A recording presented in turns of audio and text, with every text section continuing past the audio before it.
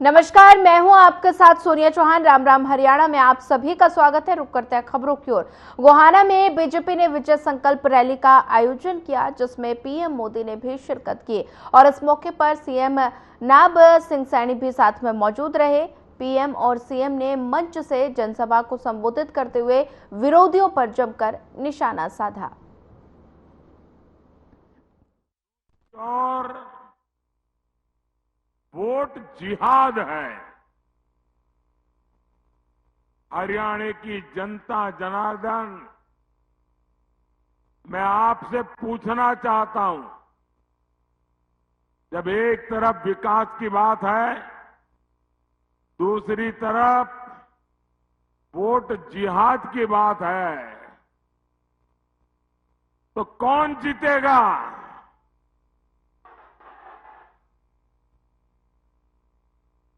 आपके जवाब ने तय कर दिया है। फिर एक बार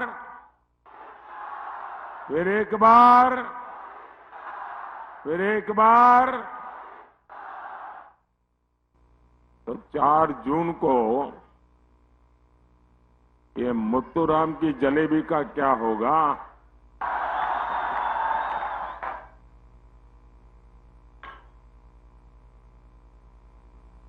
सारी की सारी खाली हो जाएगी।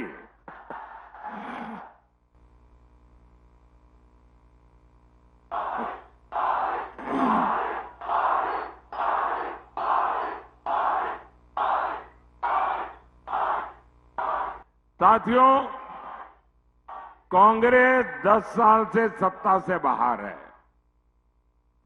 और इसलिए पूरी तरह बौखला रही है।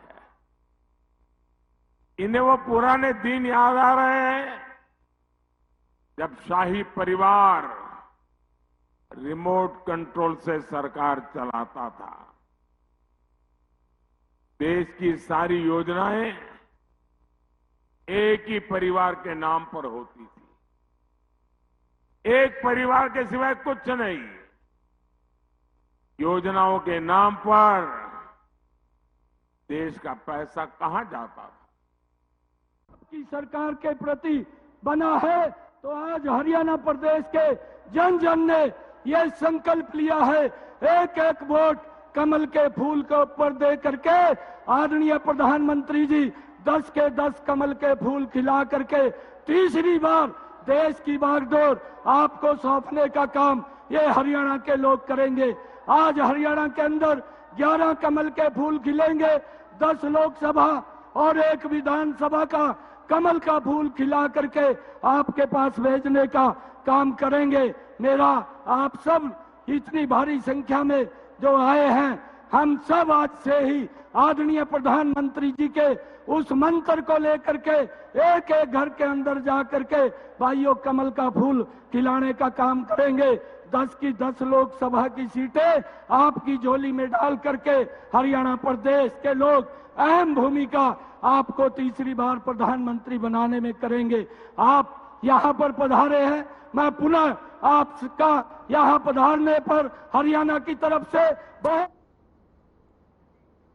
अंबाला में भी बीजेपी ने भव्य रैली का आयोजन किया और इस रैली में भी पीएम मोदी ने शिरकत की और इस मौके पर पूर्व सीएम मनोहर लाल भी साथ में मौजूद रहे।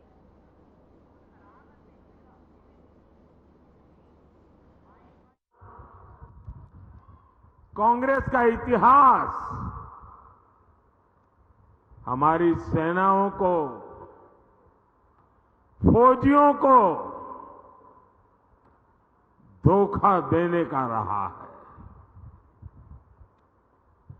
देश का पहला घोटाला कांग्रेस ने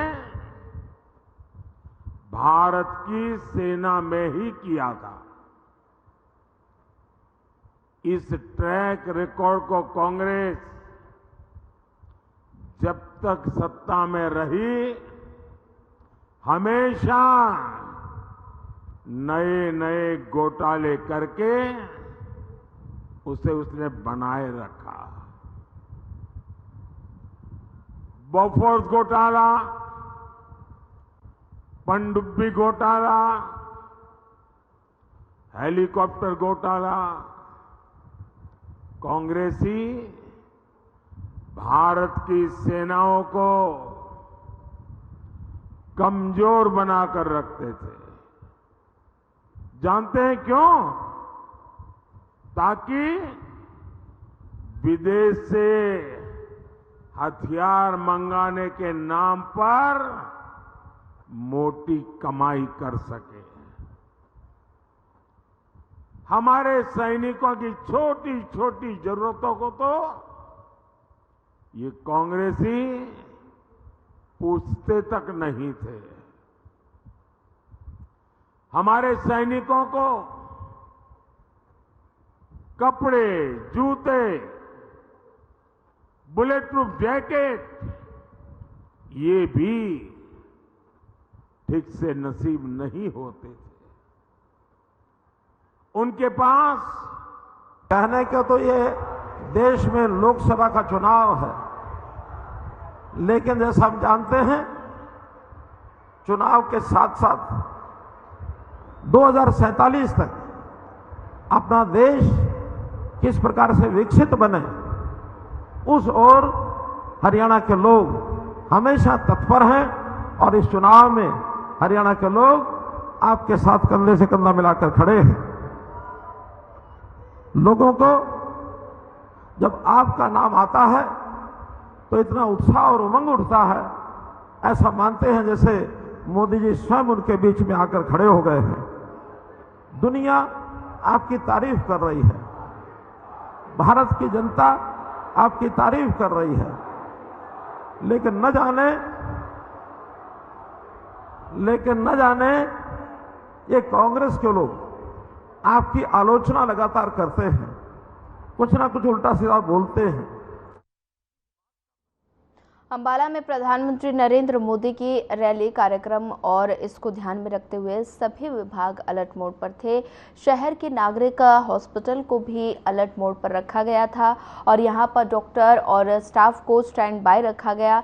लेकिन तस्वीर इसके विपरीत सामने आई। पीएम मोदी की रैली में आए एक व्यक्ति की किसी ने जेब काट ली, जिसके बाद बुजुर्ग की तबीयत बिगड़ी तो उसे शहर के ट्रामा सेंटर में लाया गया, जिस दौरान बुजुर्ग के बेटे ने बताया कि जिस अस्पताल में उसके पिता को लाया गया वहां डॉक्टर अरविंद पांडे ने उनके साथ अभद्रता की और साथ ही उन्होंने अभद्रता का आरोप लगाया। साथ ही बताया कि डॉक्टर ने उसके पिता के साथ कहा कि पैसे लेकर रैली में आते हैं और फिर मरने के लिए उनके पास आ जाते हैं।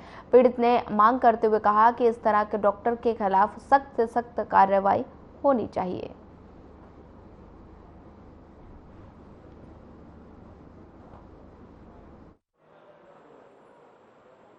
मेरे फादर साहब पीएम की रैली में आए थे, उनकी अचानक से तबीयत खराब होगी, उनका पर्स कटा, पैसे हर बंदे को हो जाती है, 10-20 हज़ार रुपये जेब में होते ही हैं।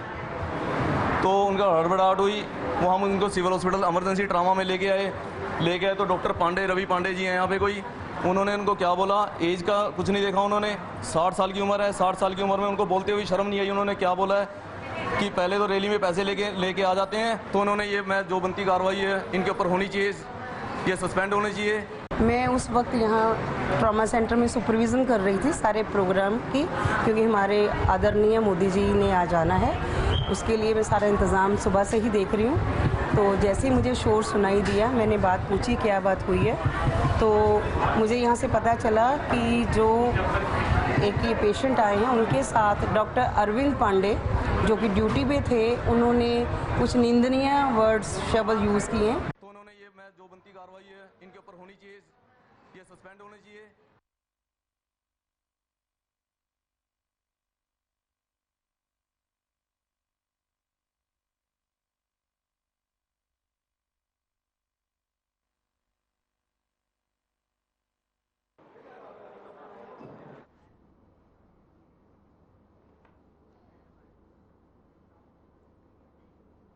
चंडीगढ़ में कांग्रेस के वरिष्ठ नेता पवन खेड़ा ने प्रेस कॉन्फ्रेंस की और इस मौके पर उन्होंने किसान अग्निवीर समेत दूसरे मुद्दों को लेकर सरकार पर जमकर निशाना साधा।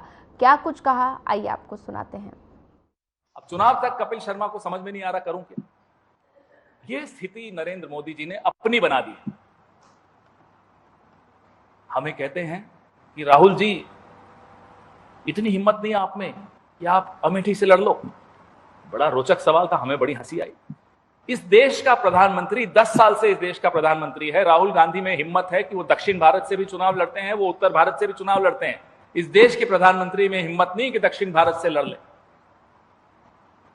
फिर हमें पूछते हैं, राहुल गांधी को कहते हैं शहजादा। अरे जिस व्यक्ति ने जब वो छोटा बच्चा था अपने पिता की शहादत देखी, वो शहजादा नहीं है, वो शहीद ज़्यादा है। ये बताना पड़ेगा प्रधानमंत्री को हमें। किस तरह का प्रधानमंत्री है कि किसी की शहादत का अपमान करे। इंदिरा जी के बारे में ऐसी ऐसी टिप्पणियां जो सुनकर अजीब सा लगता है कि ये किस तरह के राष्ट्र विरोधी लोग इकट्ठे हो गए इस पार्टी में, भारतीय जनता पार्टी में। जिस नेता ने पाकिस्तान के 2 टुकड़े किए, उसकी पार्टी को आप ऐसी ऐसी आरोप लगाते क्यों? क्योंकि हम किसानों के साथ खड़े इसलिए। अरे इस देश का किसान इस देश का गौरव है। हम अगर अग्निवीरों के साथ खड़े हैं तो ये हम कुछ गलत नहीं कर रहे। हमें गर्व है इस बात पर कि हम अग्निवीर जवानों के साथ खड़े हैं, उनकी लड़ाई लड़ रहे हैं। मुझे याद है कि जब अग्निवीर योजना आई तो दीपेंद्र हुड्डा जी का मेरे को फोन। चलिए इस वक्त आपको बड़ी खबर से रूबरू करवा देते हैं। बड़ी खबर आपको बता रहे हैं, प्रदेश में बीजेपी अध्यक्ष जेपी नड्डा की रैली, 3 रैलियों को संबोधित करेंगे जेपी नड्डा। फरीदाबाद, कैथल, करनाल में करेंगे चुनाव प्रचार। बीजेपी प्रत्याशी के पक्ष में करेंगे वोट की अपील। बड़ी खबर, अहम जानकारी आपके टेलीविजन स्क्रीन पर।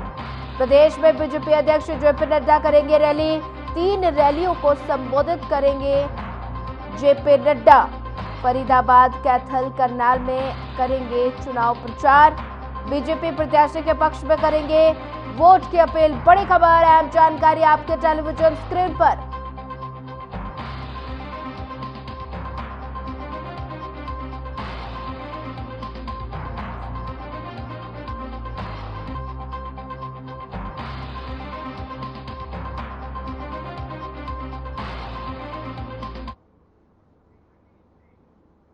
फिलहाल वक्त तो चला एक छोटा सा ब्रेक का। ब्रेक के बाद जल्द हाजिर होंगे।